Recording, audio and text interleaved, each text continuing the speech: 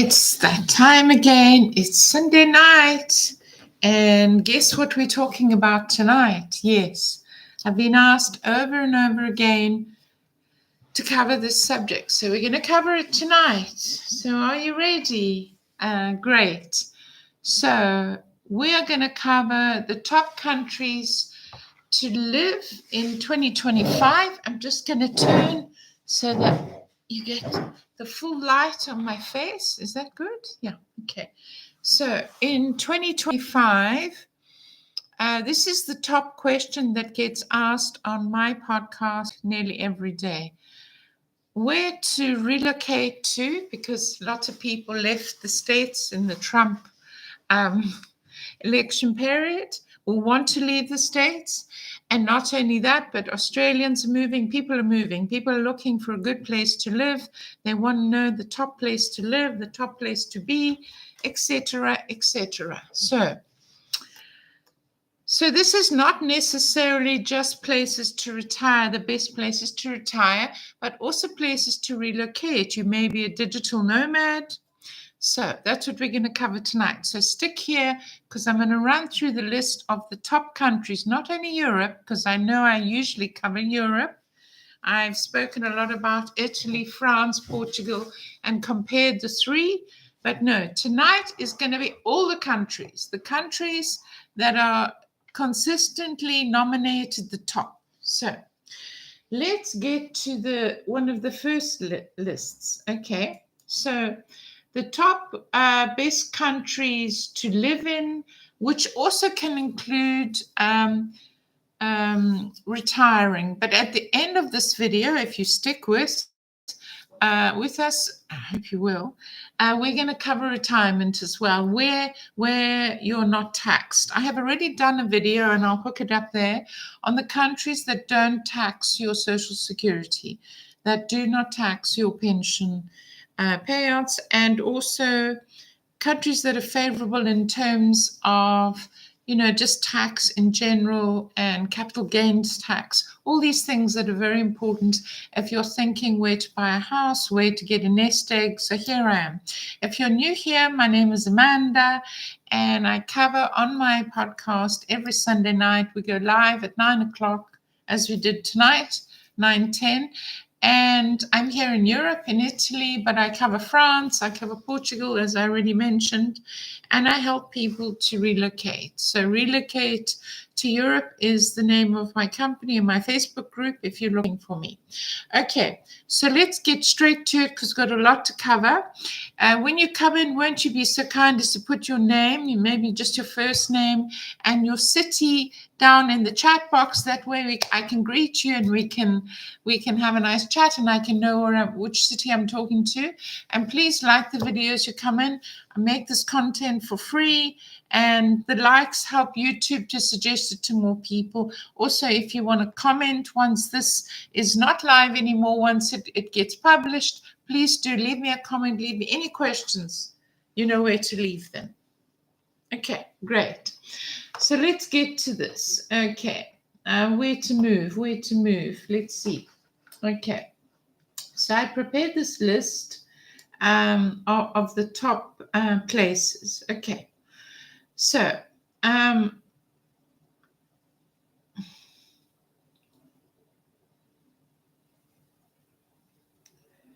basically, one of the top countries that always comes up is Jakarta, which is a city, as you know,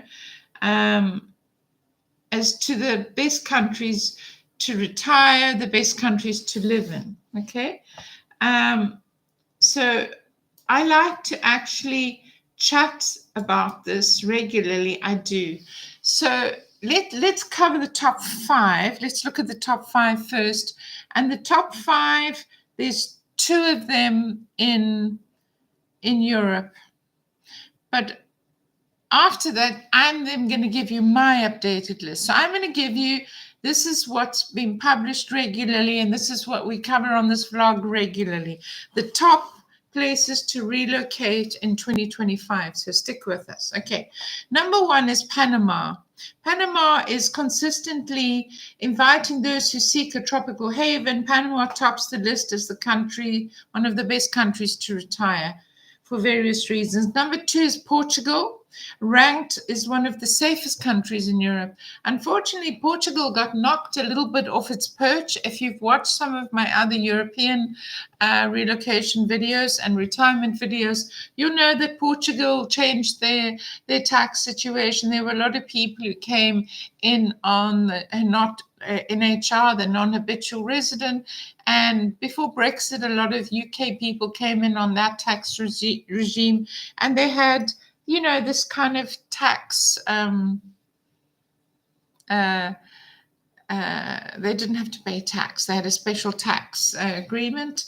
And then it was kind of knocked away because the locals were upset about the rentals going up, and that all of these quite wealthy international people and also lots of digital nomads came into Portugal on this, had better tax advantages than the locals. So that's all under revision. So Costa Rica. Costa Rica comes up time and time again. It's close to the States, so that's a positive. The taxability stuff, we're going to cover the countries. I've already done it. I've put a link up there, but I'll also link it down in the description box. I'm also going to publish various tax legislation for various countries, and those links I'll put in the description box so you can look them up. I'll put them up and it'll be up tomorrow if you're looking at the video and you're looking back at it. Okay, Greece comes up again. Greece went through its problems, we all know that. It went through that really bad period where they had to, you know, really pull their belt, and then it was a very difficult time. But Greece is coming up again and again. And then Mexico. Mexico. So Mexico comes up. Well, first of all, it's close to the States. Second of all, you know, from a medical point of view, you're still quite close to home if there's some kind of disaster or a family member needs help. Yeah, so let's just give you the figures here. Costa Rica has long been known for its laid-back atmosphere, which adds to its inviting charm, and another top retirement destination. It's basically 22.3% lower than the US. So that's quite a big average living cost that's lower than the States. Okay. Greece reputation as the best country to retire is strengthened by its inclusion in the list. Spending your golden years in Greece, obviously a very affordable cost of living. This is very important. The country continues to attract foreign retirees and also people that go in that, you know, want to run a business, but also it has a very good golden visa program, which we'll look into. I'm not going to look into each country's golden visa program on this because you can find this information very easily online. I'm going to chat about in more depth. We're going to get into more depth about the countries I know: France, Italy, Portugal, Greece, the countries in Europe, and also some of the countries outside of Europe. This is not an exclusively European podcast today.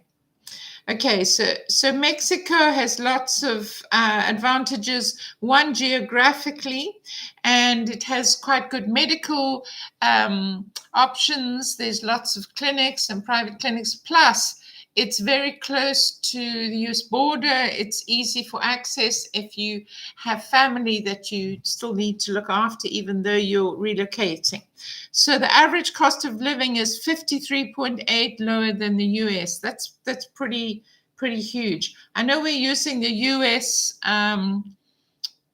cost of living here as a standard, but we have to choose one. And the US is a big country. It's got 300 million people in it, so more than 300 million people. So it's a good benchmark. So we're going to use that. It's if you want to check your country against the average standard cost of living for these countries, you certainly can. But I'm just going to use the States for this one. Okay. Yeah, so I mean, there's lots of nice beaches. We could go on and on. On why Mexico rates as high as it does. As I already mentioned, Portugal always came up high on the list, but they've revised the tax thing. People don't know what's happening with the golden visa, so there's a bit of a question mark on Portugal. But I'll cover Portugal later when I dig into Europe. So these are the facts, okay? So I already mentioned that there are certain countries that don't tax your pension. They don't tax your social security, and those are going to be really important in this. And again, I'm going to link up this thing. I've already done the video. I'll put it up there so you can go and watch it. I don't want to cover it again because it will be repetition. But basically, I'm going to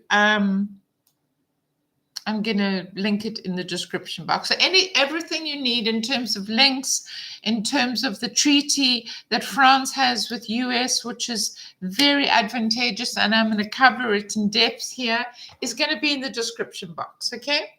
So I need to give you some reasons why I'm giving you these suggestions, and the facts and the figures and the links and all the stuff you need is going to be in the description box, or I'm going to link up a video I've already made over there if that's the case. So don't worry if maybe some facts and figures, you don't grasp them and you can't catch them. You can either ask down in the comments, that's super, or you can actually look up the links in the description box, which will go out tomorrow, okay? I'll update it with all the links that need to be looked at. Right. So top 10 to live in 2025. So let's get to it, okay? This is worldwide. This is not just the EU. So Switzerland has been named one of the countries that are regularly on the top 10 list. It has an incredibly high standard of living. It doesn't suit everybody because if you're on a budget and you don't really meet the required minimum, it's quite complicated. Certainly, if you're looking from an entrepreneurship point of view in opening businesses and stuff, it's not the easiest place to do it. It's quite expensive to run a business. There are various guarantees and stuff. They also have an obligatory medical aid, a paid medical aid that every single citizen has to pay into unless you're unemployed and on the breadline, obviously.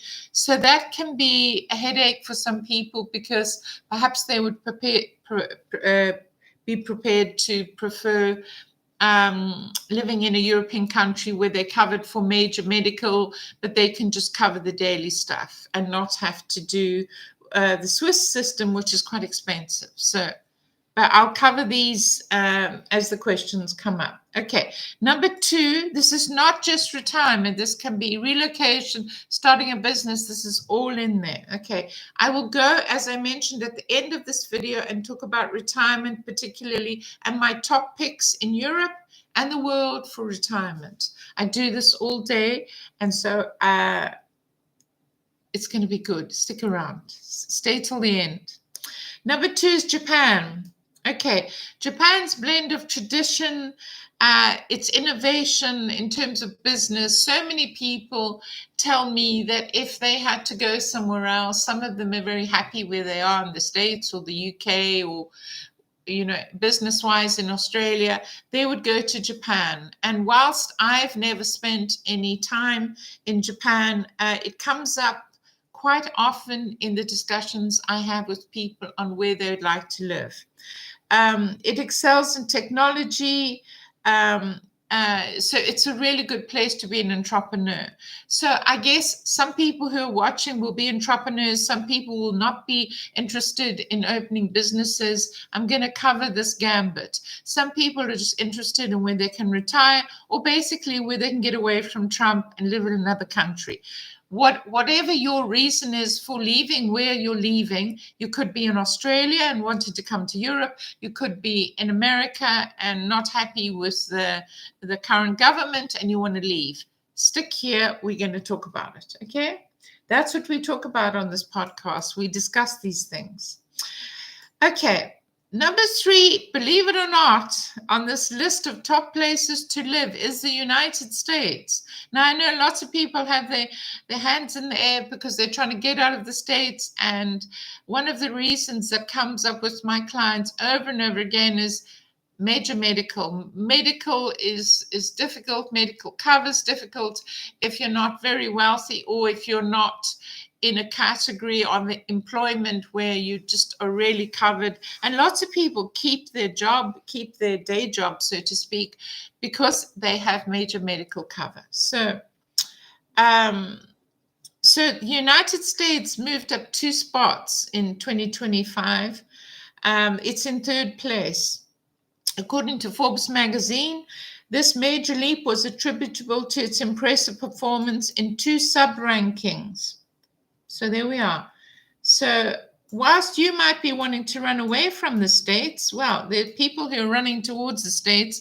And I can tell you there's lots of people who are frustrated in the UK and Europe at the moment who are seriously thinking of going to the States because of business. So I said I would be open-minded, and please, if you don't agree, I'd love to hear about it in the comments. Let's go on. In 2 sub-rankings, namely open for business and movers and shakers. So if you're open for business, if you want to be in a country in which it's easier and easier to actually open a business, run a business, do a business, all of that stuff, the States ranks pretty high. Obviously, some states are more advantageous than others. There's 50 states in America. I'm not naming which one is better than the other. I wouldn't dare. Otherwise, I'd probably get shouted down. But anyway, I've lost my list now. Let me jump back here. Yeah. Okay. Where are we? Where? Okay. Let's go back. It's run away again. I do hate it when my list jumps away. So United States, Australia comes up. Now, I know people are saying to me, Australia is very expensive. I have various clients in Australia who tell me I want to run away from Australia because it's not, it's not where I want to be. All of this, okay? But it comes up as a good place to do business. Remember that Europe in the last 10 years has had major problems in terms of mass immigration and some security issues. It's been very safe and very stable for many years. I happen to love living in Europe. Not everyone does. Some people find that it's just very difficult to do business here. And we're going to cover that when we get to the Europe section quite soon. But let me just get back to this. Gosh, I wish it hadn't jumped away. We were just in the thrust of it. So Australia comes up.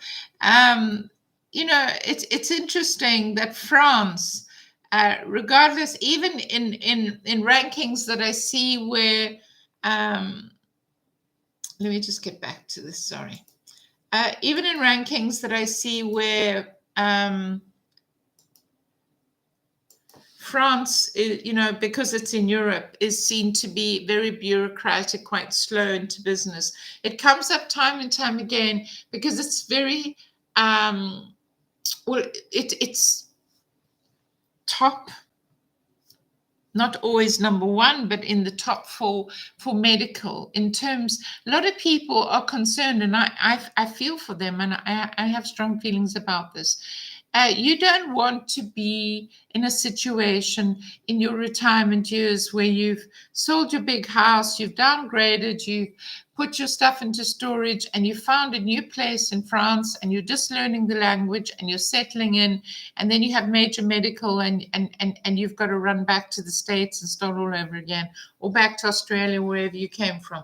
So France ranks very high again and again on my list, mostly because it's pretty much property is quite reasonable and cheap in Europe. It's even cheaper than Italy. And by the way, I've just spent 2 weeks in France and I found it cheaper than Italy in many, many ways. I know somebody's going to write to me and say, yes, but I'm,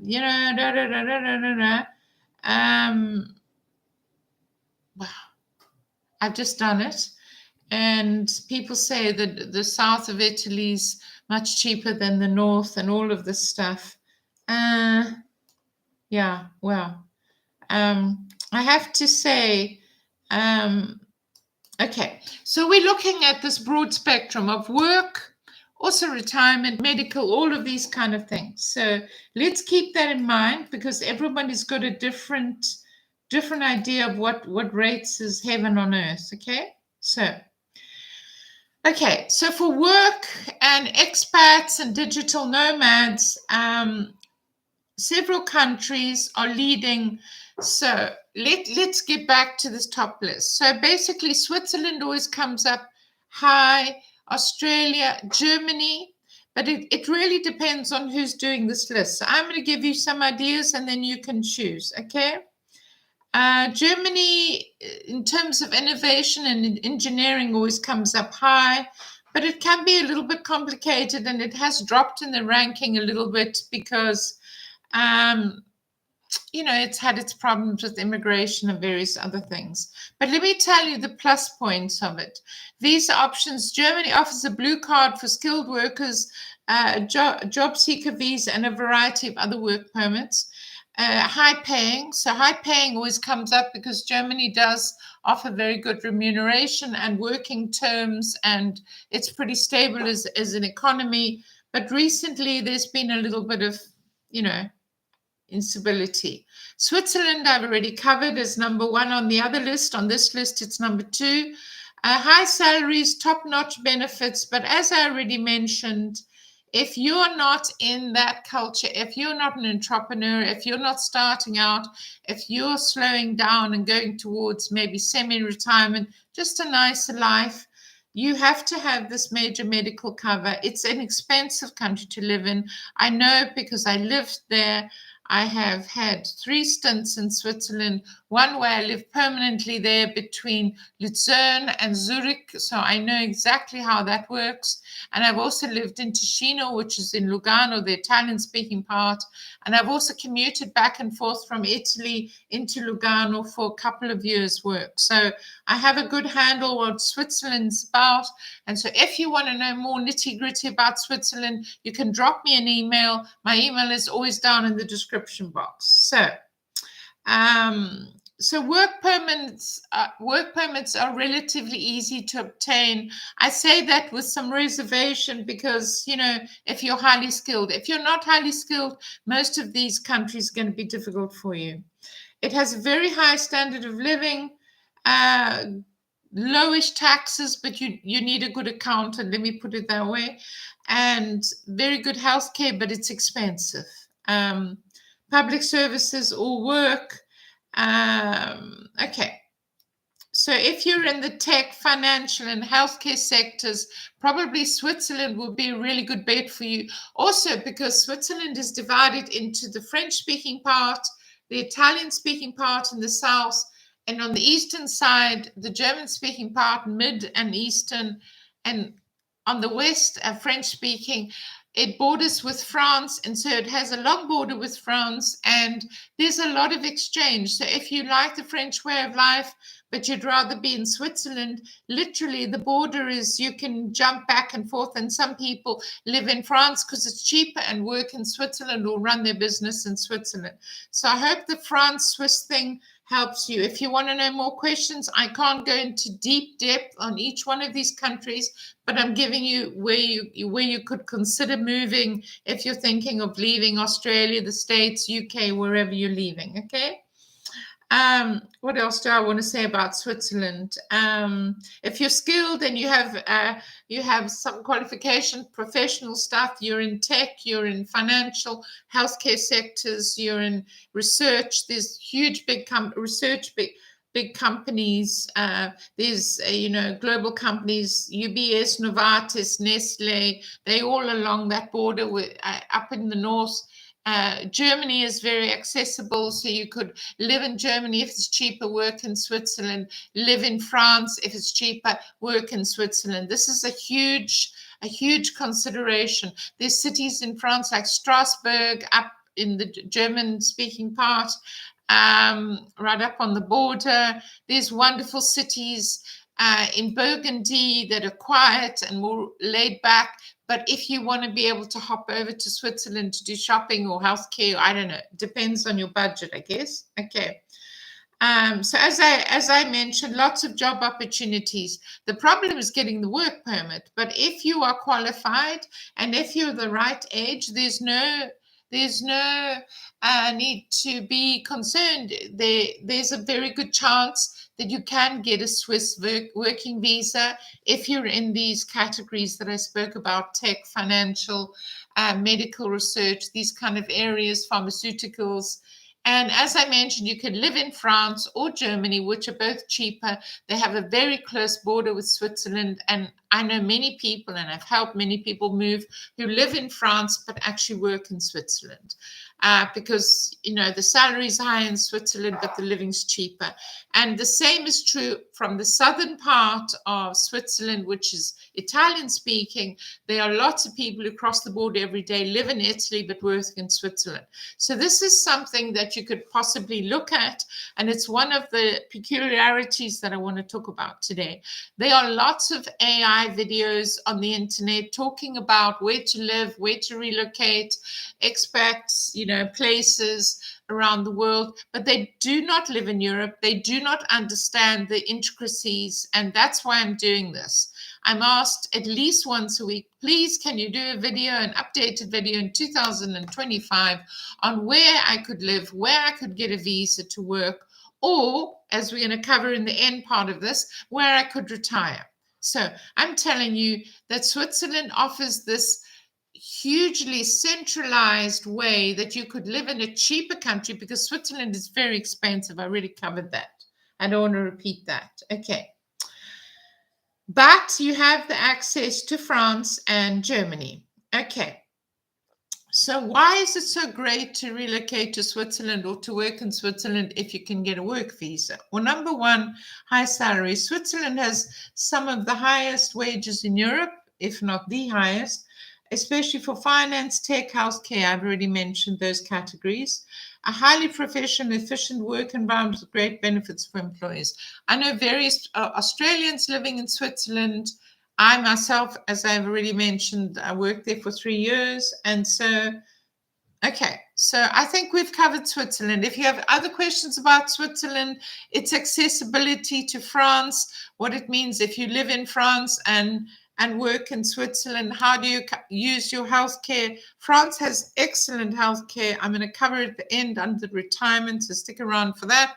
And so does Germany. Okay, so you would be covered both ways. If you're working for a company or you're an entrepreneur who wants to set up a business, Switzerland offers good taxability if you have the right tax structures. It can be quite expensive if you don't. So I say this with caution. It doesn't mean it's all tax-free in Switzerland. It isn't. France has some of the best tax structures. I've said this before, and I'm going to say it again.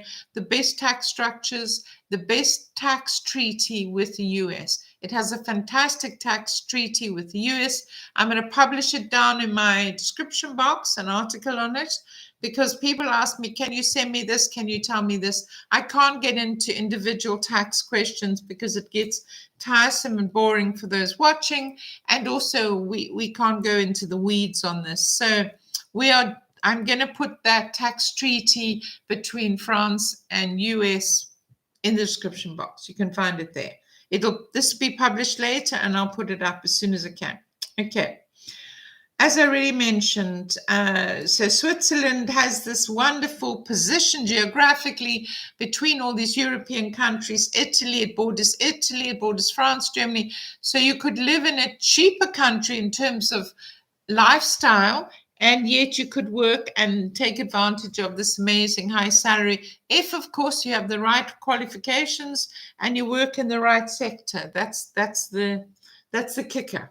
Okay, so we've covered that. Number 3, we're at number 3.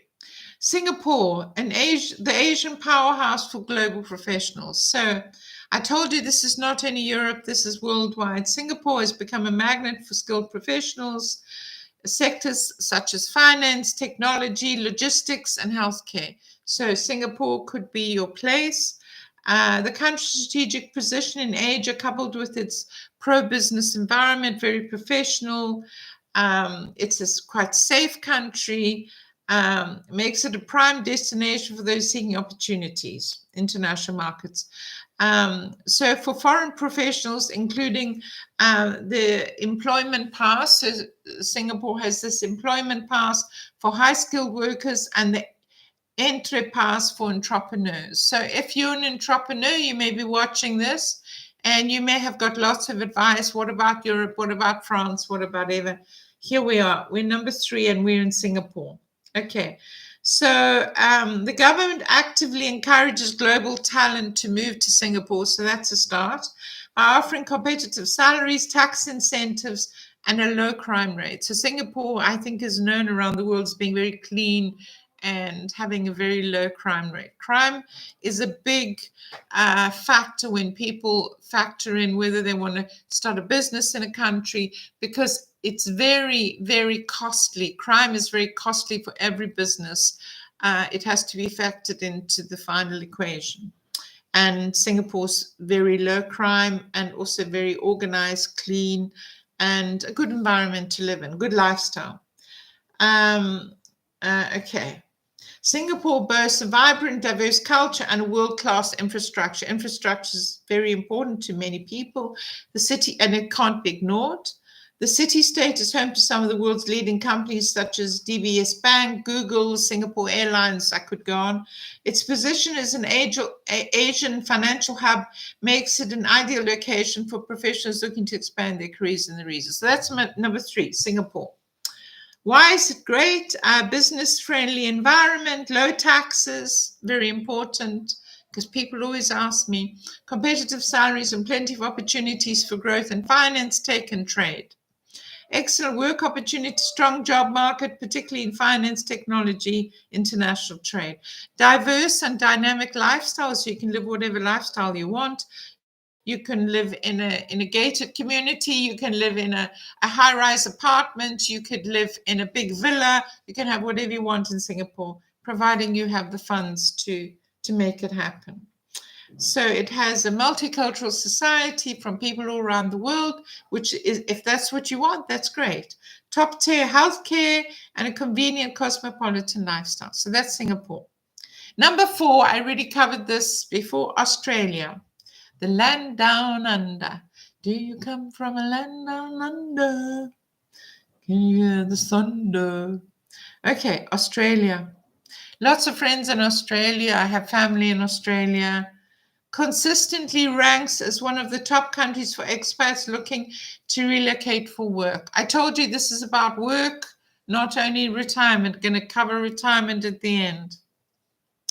With a strong economy, excellent healthcare system, and a wide variety of industries in need of skilled professionals. So there is this need. Australia has this draw for skilled professionals. They do have what they call the list, and you have to make the list. It's a point system. UK have consistently discussed whether they will adopt that same point system.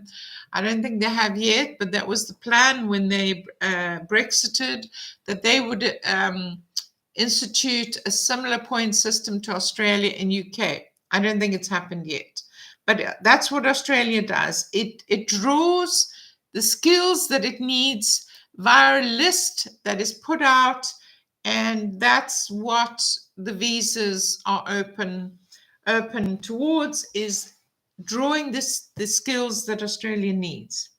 So there's something called the skilled independent visa. So high demand workers to live and work in the country. Okay. As I mentioned, the key industries that they really need people for, they draw those. Okay. Let me just get back to Australia's list. Okay, key industries in Australia include healthcare, engineering, construction, IT, all the big ones, and mining. So mining is a big thing. Also forestry. I know a family member who works in forestry, with cities like Sydney, Melbourne, and Brisbane acting as bustling hubs for global talent. It also has quite a strong film industry, so sometimes Californians land up there. Additionally, Australia has a relatively high minimum wage, a strong social security, which matters to people, and a world-renowned public services, makes it an attractive destination for long-term work relocation. For those looking for a laid-back lifestyle, Australia offers an excellent work-life balance. Culturally, it's very similar to UK and also the States in some ways, with an abundance of outdoor activities, stunning beaches, beautiful climate, or they're quite hot in some places. That's debatable if you don't like heat. The country is known for its high levels of social support, from healthcare to work regulations, ensuring that foreign professionals can thrive both personally and professionally. So if Australia's on your radar, then perhaps you need to look at that. The visa options. Australia offers a skilled independent visa, employer nomination scheme, and other visa options for skilled workers. Strong economy. Australia's economy is diversified, offering opportunities across multiple sectors. I know lots of people are going to scream at me and write in the comments that Australia is super expensive, and one of the reasons quite a few of them are leaving Australia is because it's so damn expensive, and they're thinking coming to Europe because they'd much rather buy a little house here in Italy or France or wherever and have good health care. We'll cover it, okay? I'm just telling you what's available here. Work might not be as advantageous in Europe, and it certainly is in Australia. Okay, so we are number five. United Arab Emirates, UAE, thriving economy and global hub. Time and time again, people that are leaving the UK that I've known in business for at least 20 years, I can list on my two hands friends that have left in the last few months that are finding it more and more difficult to manage in the UK with the stuff that's going on politically and the stuff that's going on with business, and have moved to the UAE. Okay. So you hear about people moving to Dubai, people moving to UAE, people moving to what we call the Middle East, okay? The United Arab Emirates, particularly Dubai and Abu Dhabi, has become one of the most sought after destinations for work relocation in recent years. I can testify to that. I have no desire to go there. I'm happy in Europe, but I've got a list of friends who've moved there recently to open businesses, for lots of reasons. Okay. The UAE offers tax-free income, so important, dynamic job market, very dynamic job market, and highly attractive salary package for skilled professionals. The country is a leading global hub for finance, technology, tourism, and real estate. So that's a big deal. Some people are investors and entrepreneurs, and they're investing in real estate as the country develops, offering career opportunities in some of the most exciting industries today. The UAE has a variety of visa options available for expats, including the Golden Visa. So most countries, at least all the countries I know about, have a Golden Visa option, and the UAE is no exception. This allows individuals with specialized talents to live and work in the country for up to 10 years. With its tax-free salary structure, huge incentive for business people, and world-class infrastructure, the UAE has attracted a large number of professionals from around the globe, creating a competitive job market in several industries. Additionally, the UAE is a melting pot of cultures, with expats from all over the world creating diverse international community. Cities like Dubai and Abu Dhabi are home to many multinational corporations, making it an ideal destination for those seeking opportunities in global companies. Okay, tax-free income is a huge one. Tax-free income really is one of the most important factors. People are very nervous about investing in a country in which they are not sure. Recently, UK has gone through ups and downs. The new government, the new Labour government, have lost a whole swathe of businesses because they're having to tax them to make the revenues they need to build the country, build the infrastructure. And of course, they're leaving and they're going to United Arab Emirates because they want a tax-free environment to run their businesses. One can't blame them. I'm not here as a judge. I'm simply telling you the facts of life. In case you don't know them already, I'm sure you do.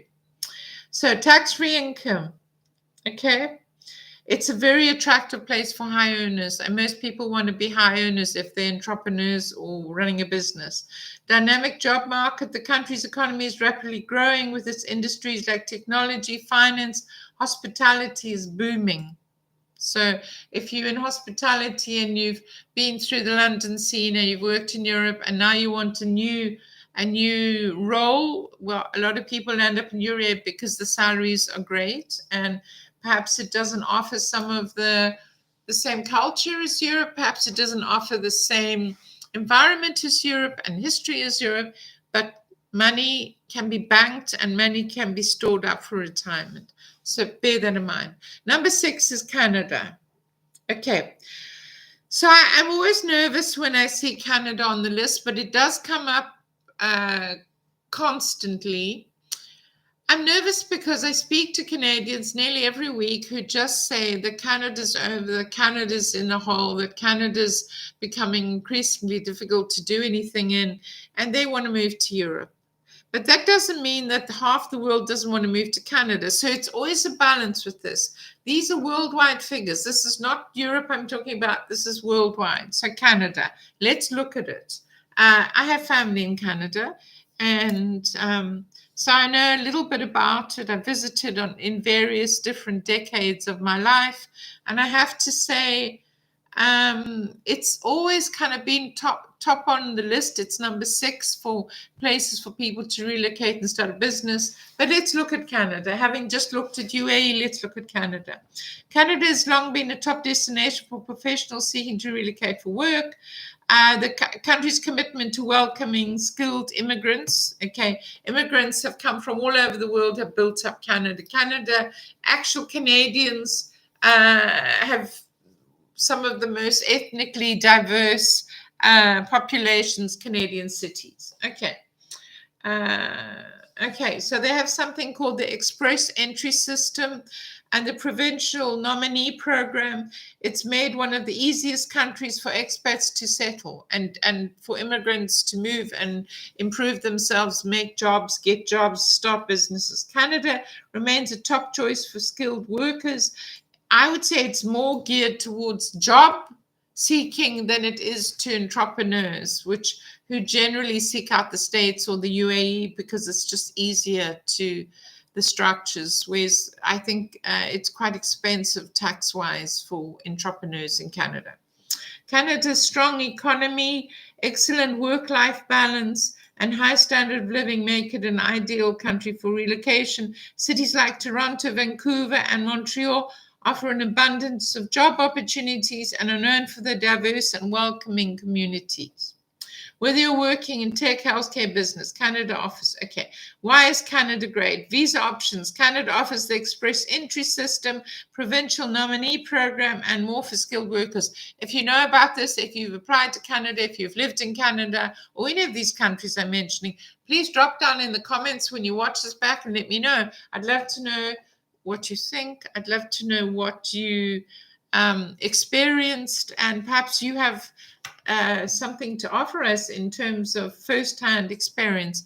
I've told you the countries I've lived in. I've lived in Switzerland already. That's number 2 on our list for quite a long time. I live in Italy and have done for 22 years.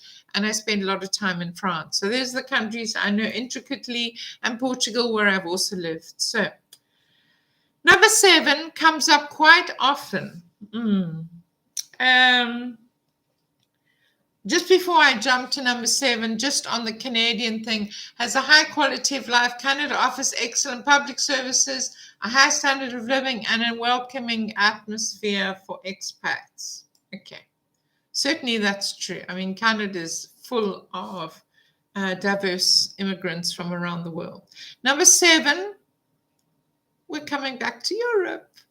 The Netherlands, a top destination for tech and creative professionals. Now, I have visited Amsterdam. I have visited the Netherlands various times, various different cities, and I find it quite attractive. I've never been tempted to live there, possibly because I was already established further south, but it does have this weather, this very flat country with these very low grey skies. But if you can handle that, there's people who absolutely love living in the Netherlands, who love Amsterdam as a city. Let's talk about it. Number 7, the Netherlands is becoming an increasingly popular destination for expats, particularly those in the tech and creative industries. So if you're in the creative industry, design, also industrial design, all kinds of design, technologies, textiles, interior design. There's a lot of stuff going on in the Netherlands. Not only Amsterdam, but cities like Utrecht, Rotterdam, these kind of cities. So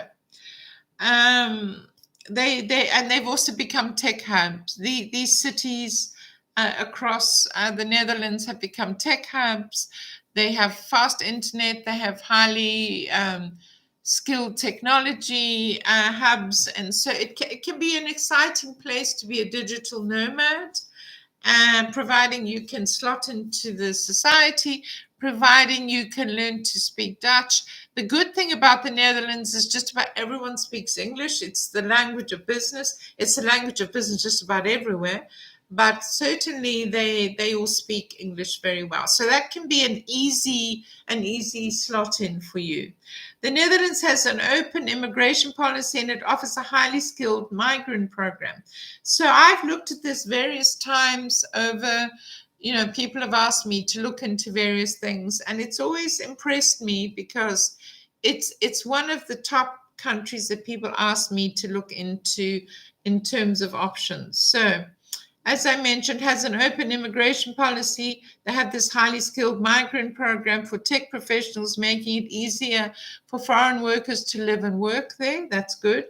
The country's excellent public services. So they have excellent organized, clean public transport, whatever. Comprehensive healthcare system and a well-connected transportation networks, as I've already mentioned, make it an ideal place for expats seeking career opportunities. So it's quite easy to get around. Why is it a great choice? Strong job opportunities, tech, engineering, digital marketing. Digital marketing is also huge, as I mentioned, and also a lot of design companies in the Netherlands. High standard of living, great work-life balance, good health care, excellent public services, wonderful art scene. I already mentioned creative design, progressive policies for foreign professionals. Okay. So, here's 7. I'm going to add number 8 here. I'm going to put France. Right. France in terms, if we make a comparison, France in terms of the Netherlands probably is quite slow in terms of business. It's a different way of doing business. I think France is much more geared towards, working to live, not living to work. So the French are much more laid back in terms of work from my experience, but France can also offer a wonderful opportunity if you don't need this high technology hub and you prefer a lifestyle that's a little bit more laid back. So we're going to look at France as an option. France specifically in terms of its So it has a visa program like all of them do. And they also have a very good, what they call an inactive visa, which I've helped various people get, which is geared towards semi-retired or retired people who do not work, don't want to work, and cannot work in France because they don't want to take away from the job market, which is quite regulated for locals. But you can use this amazing agreement that was struck between the US and France that is hugely advantageous for US people. I've said this before and I'm going to say it again. It's hugely advantageous tax-wise because you're not taxed on your Social Security. I mentioned I did a video on which countries don't tax your Social Security. I'm going to hook it up there again. I'm going to put it in the description box. You can go and have a look at it. I list all the countries and which countries don't tax your Social Security, and France is that. France also, in this agreement it has with the US in particular, which is why a lot of Americans are moving to France, it has this, as part of this agreement that they have, there is a lot of area of advantageousness for Americans in terms of capital gains tax. You still have to, some people get this wrong, you still have to lodge, when you're a resident on an inactive visa, although you're not working in France, you still have to put forward a tax declaration every year, but you're not taxed. So that doesn't mean you're just off the system. You're on the system, but you put forward the thing, and the agreement that France and the US have means that you pay no tax. And this is a huge thing. Of course, you still have your obligation to US tax, and you always will do as a US citizen. You know that already. Hopefully you do. So we spoke about these. So we did the Netherlands, France, also Greece. Greece comes up quite often in terms of lifestyle. Is it the most advanced technological wise? If you look at the Netherlands and Greece, no, but it's a laid back country, and it's becoming more and more obvious with the problems that Malta has had recently, which is, right there, very strategically placed, close to Italy, close to, the rest of Europe. Malta has always had this tax-free status, but it does have its problems, its social problems and overcrowding problems and various other problems. So Greece has is climbing up the list again. So there's the list. So what do you think? Costa Rica, Mexico, I've already mentioned, but these are more generally retirement. That doesn't mean you can't run a business in Mexico. Of course you can. But those are the list I gave you. So if somebody wants to, if they feel so inclined, somebody can go down and write, the countries that are mentioned, but I would prefer you to watch the video. And as I mentioned, there's lots of AI videos who just skim over the top and put a bunch of pictures up and don't talk about nitty-gritties. Okay, so I mentioned, apart from entrepreneurs and people who want to run a business and expats and digital nomads who want to know about digital nomad visas, I'm going to cover Europe. So let's start with Italy, the country I live in and that I know and that I cover every week. Italy instituted a digital nomad visa. You can find out every single thing you need to know. There's no need to be in the dark and go on Facebook groups and worry about this and worry about that and do you have that. It's all written. It's all written on the consulate thing. You can go and find it exactly what you need. It's not a matter of opinion. It's a matter that the only person who can help you is the person who does your application. So if you're in the States, you normally go through a company, there's Global, who do all of this, but basically they will point you in the right direction of the documents you need. I'm not getting into personal cases because one person's case may not be another person's case in terms of income. We recently had a big discussion here about people who were saying, in terms of By the way, Italy and France have very similar, and most European countries, by the way, they all work in tandem. They all, police each other's in terms of immigration, because the European Union is exactly that. It's a union of states. And so what one country knows about your immigration status, they all will know, and it's all electronic now. It's all, the passports are not issued. They're all digital passports now. So ETIAS comes into being now this year, and that means that you need an ETIAS visa, just like I need an ETIAS visa. I need a visa to go to the States to enter. Okay, it's just a formality. It's almost like a release from a visa, but you still need it.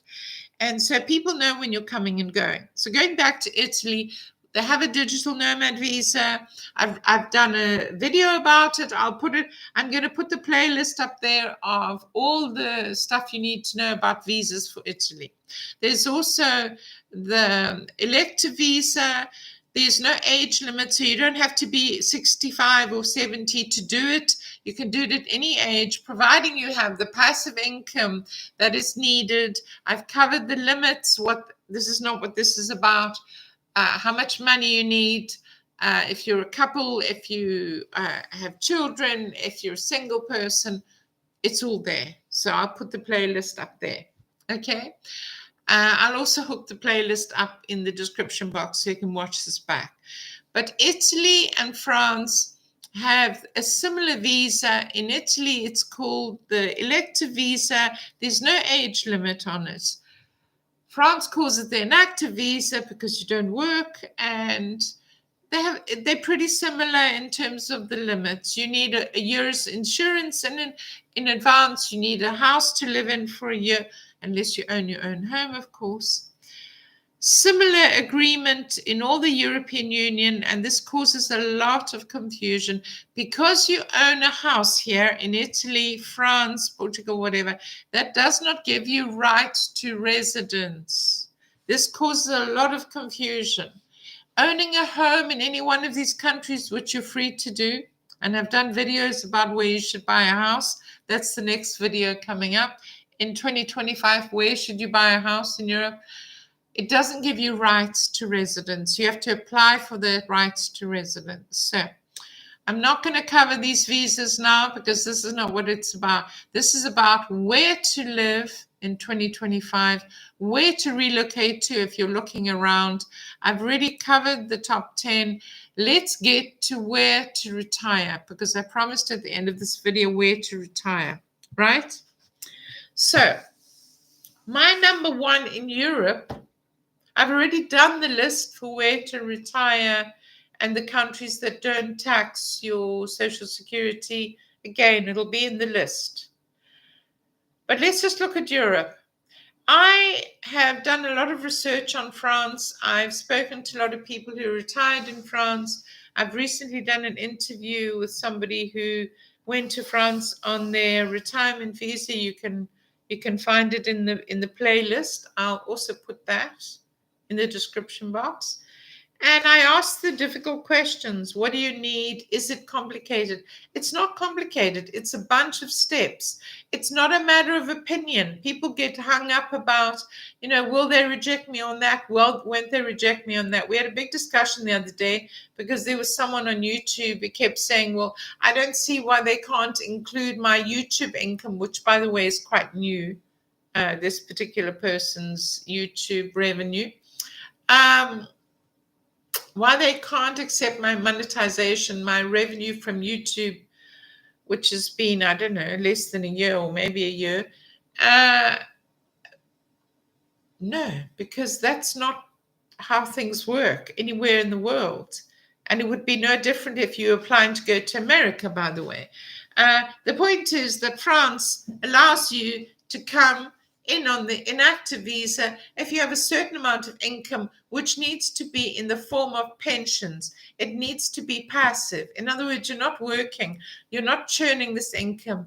It won't go away. It needs to be permanent. It needs to have been coming into your bank account for some time. Anyway, there was a big discussion about whether they should or shouldn't accept UTIG income. the state, whether it's the Italian state, the French state, the Portuguese state, the Spanish state, whichever country you're applying to, they don't need to bend over backwards for you. If you're coming in to retire in their country and you're going to be covered for major medical, in your first year, of course, you'd have to be covered for medical.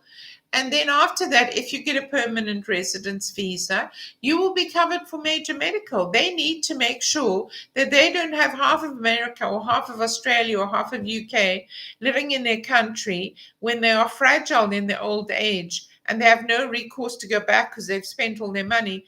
This is a major problem. They have to manage their health care, obviously. Okay. So if you do not have enough money to guarantee whichever state you're applying to, whether it's the French state, the Italian state, to cover your needs, and as a ballpark figure, let me give a ballpark figure, okay? If you're a single person, it's verging toward 28, 30,000 a year, okay, clean. And as a couple, probably 40, 45. These are ballpark figures. Don't write, or you can write whatever you want in the comments. I don't mind. But I'm not giving exact figures because it's at the discretion of the person who makes the decision, as it should be. Okay? You need major medical for a year and you need some kind of rental. One of the most difficult things in Italy and France, people talk about this in French cities, French towns for retirement. The biggest challenge is not getting the original visa. The biggest challenge is how are you going to find a house to rent? And believe me, I hear about French disaster stories of people who thought they could just go there and find a house for, I don't know, 600, 500. They just, suck figures off the internet. The biggest problem is this, and it's exactly the same in Italy and France, and by the way, Switzerland, because I've lived in all three, and by the way, Portugal. They will not rent to you, a new arrival, a foreigner, probably for a couple of reasons. Let me run through them because this can't be said enough. I cover this all the time, but it can't be said enough. Let me explain this. In the States, if you have a good salary or a salary or whatever, you go to an agent, you have an MLS listing, you go there and you say, okay, show me all the houses for rent in Austin. I'll pick on Austin, Texas, okay? You go there, you look at them, you like them, you have a list of 10. So then you put yourself forward for those 10 houses. And let's say 3 of them say, well, it's a possibility. And eventually one person wins. One owner says, okay, we like you. Let's check your bank statements. Let's check your business for the last 3 years or 4 years or whatever. Okay. Great, we like you, we're fine, let's do the deal, let's sign the agreement, the agent gets the commission, everything's fine, the deal is signed and you move in, right? That's how it happens in America. It can happen in Australia. It probably has more complications. It's how I've rented a house around the world. Okay, it's not like that in Italy. It's not like that in Switzerland. It's not like that in Portugal. It's not like that in France. And it's sort of like that basically anywhere in Europe. I don't know about Eastern Europe. I've never rented there. But you can write and tell me. What happens in France? Let's get back to France. So if you want to rent an apartment, if you eventually do find the owner, which is going to be difficult enough, because each agent doesn't have a listing where you just show these 5 things that you saw in a newspaper.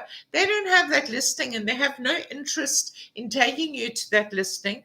It's of no interest to them and they are not in a rush to house you. It's not their problem, it's your problem. And so probably you don't speak the language, so you've got to get someone to help you.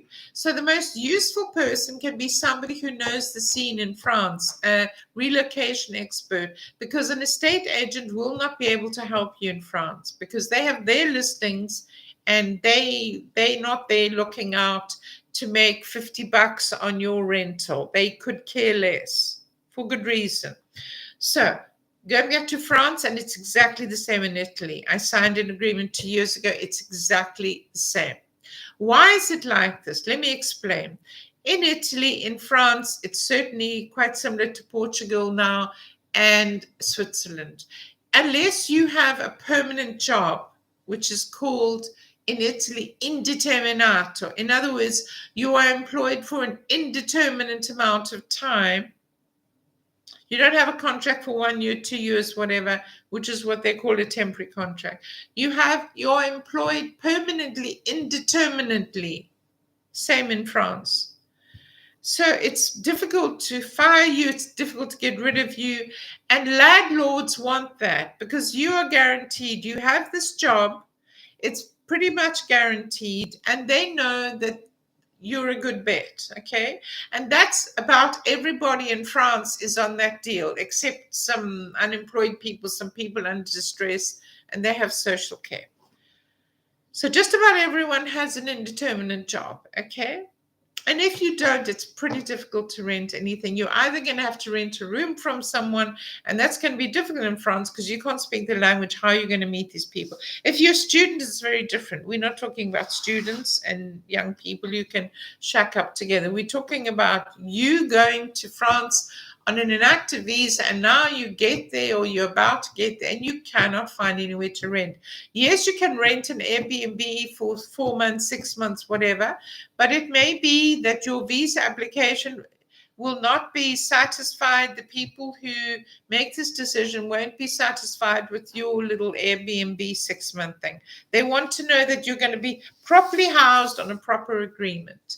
So we come back to this problem, and the problem is that you don't have a French job with a French salary, a long-term job, or what they call an indeterminato job in Italy. When I got my apartment I'm in now, this very one, I left the house that I owned and lived in for 20-something years and was looking for an apartment because I had to move. Okay. So what happened was I looked and looked and looked. I looked at hundreds of apartments in Milan or whatever, and it never moved to the stage of let me sign an agreement because I couldn't find what I wanted. But when I found this apartment, I had to literally come up with an indeterminate agreement, which I had at that stage. Don't have it anymore. And basically, that was required of me. I also printed out 8 months of my bank statements. Didn't help at all. They don't care if you've got $1 million that somebody's deposited in your account. You could lose that money tomorrow. That money could have just been sent then taken away. So don't try and fluff up your account thinking, I've got lots of money. Why can't you rent to me? Why can't I get the visa? Look, I've got €500,000 euros sitting in the account. They don't care about how much money you've just sent around there. They want you to look like a French person. They want you to look like an Italian person. They want you to look like a Swiss person. They want you to look like a Portuguese person, Spanish person, whatever country you're looking at in Europe. They want you to have a long-term job. They want this money to come in every month guaranteed. And then the landlord might say, okay, let's look at you. And if they like you and there's not 20 other people ahead of you, you might have a chance. But this is the biggest problem that people face, that they think, oh, I'll get the visa. I've got the visa. Getting the visa is simply step one. You've then got to live somewhere. You can get your year's insurance for a year, your medical aid, your health insurance for a year until you can get on the system. That's okay. It's the living that's going to be your biggest challenge. And everyone I've spoken to in France, in Italy, and my own experience in living in all these countries, it's difficult. Very difficult to find an apartment, to find a house. It's the biggest thing I cover. And it is the reason why I ask you, get a relocation expert to help you, because they have the network, they can help you.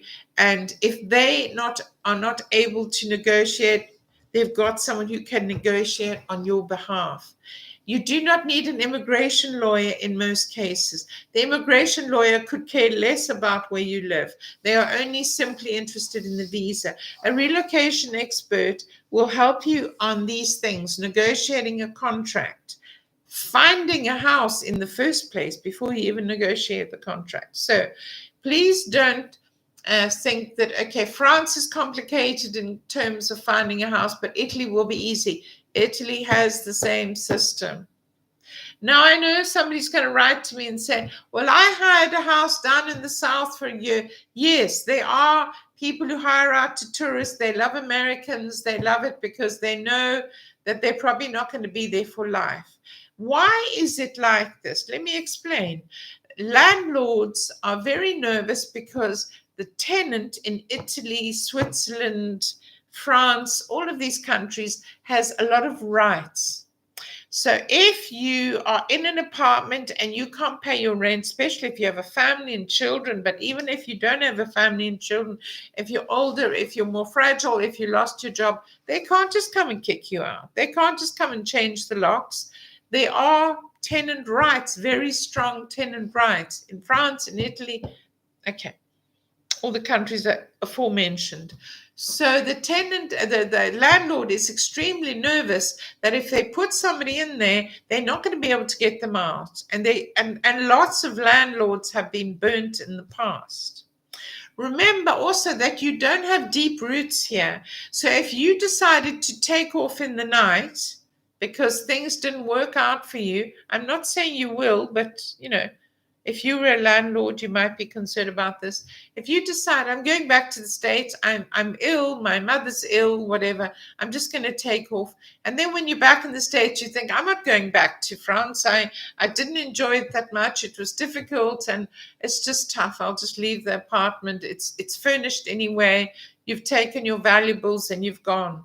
And the landlord is left with this mess and a contract he now has to unwind before you can rent to somebody else. So this is the reason it happens. I know it's frustrating. It can be super frustrating, but it is reality. And as I always say on my podcast, I deal in reality. I would love to sit here and tell you romantic stories about tripping through the sunflowers. And often I do. I talk about all the lovely things in Italy, the beautiful town I live in.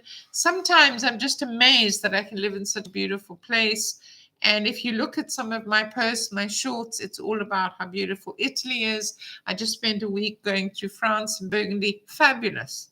But in terms of where you're going to live as an expat or as a newly retired person or as an early retired person, you don't want to hear tripping through the dahlias or tripping through the sunflowers because you've heard it all before. And you don't want an AI video that's going to skim over 10 countries and give you a bunch of blather that none of it, which is true. It's tough. Does that mean it's not worth it? No, it's wonderfully worth it. And most people who relocate to a new country love it. Some of them stay forever. Some of them stay for 10 years and then move on to another country because they want to experience that country. It's worth it. And I only say to you, ask advice.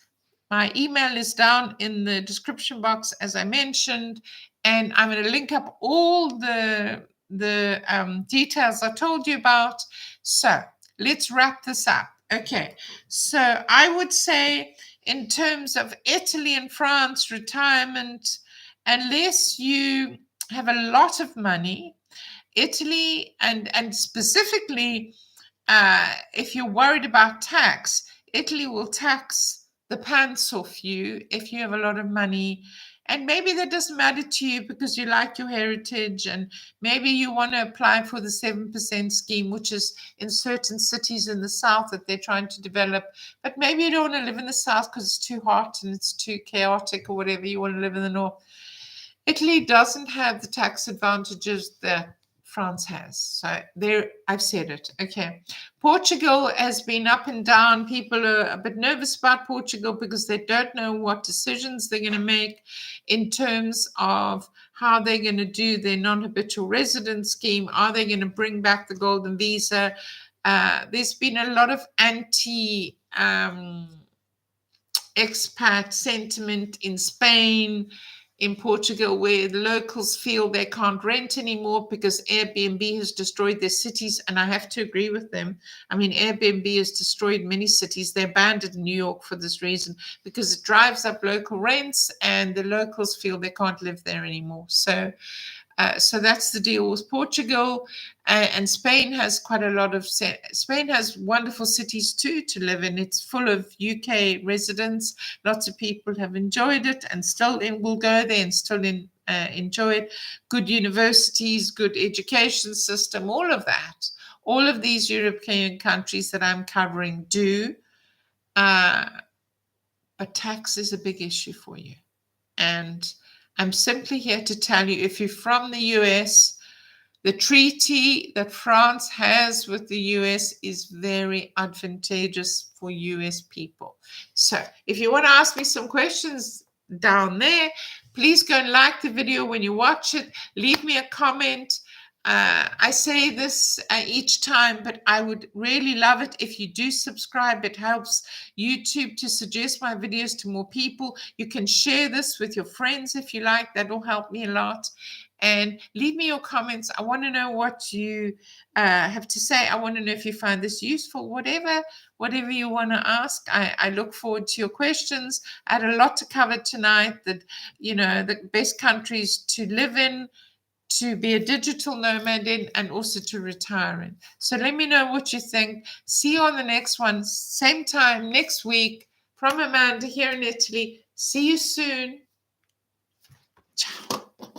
Enjoy.